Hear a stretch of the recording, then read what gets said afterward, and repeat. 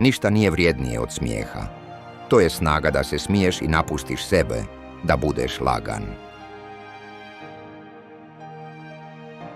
U životu sam pretrpjela 2 velike nesreće.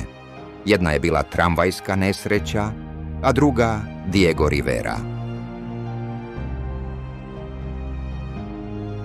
Nadam se da će odlazak biti radostan i da se više nikada neću vratiti.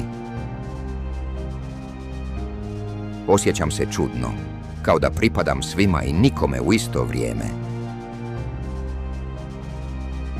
Slikala sam vlastitu stvarnost, ne snove ni noćne more.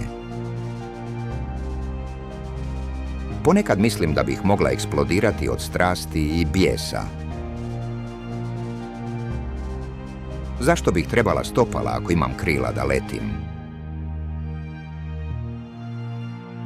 Drži me tvoja ljubav i moja vlastita sposobnost da preživim. Stvarnost i mašta su toliko isprepleteni da ne mogu razlikovati jedno od drugog. Najveće bogatstvo koje imam je moja unutarnja sloboda.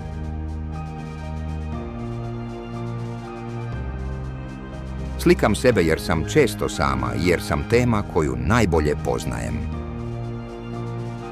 Mislim da je najbolje ako odem, da bih ti dala mira. Slika je odraz mojih osjećaja i moje patnje. Ništa više. Ljubav. Ona se nikada ne završava, mijenja oblik, ali nikada ne nestaje.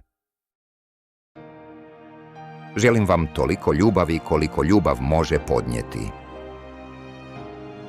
Umjetnost nije nešto što se može naučiti, ona dolazi iznutra. Što bih mogla voljeti više od vlastitih snova?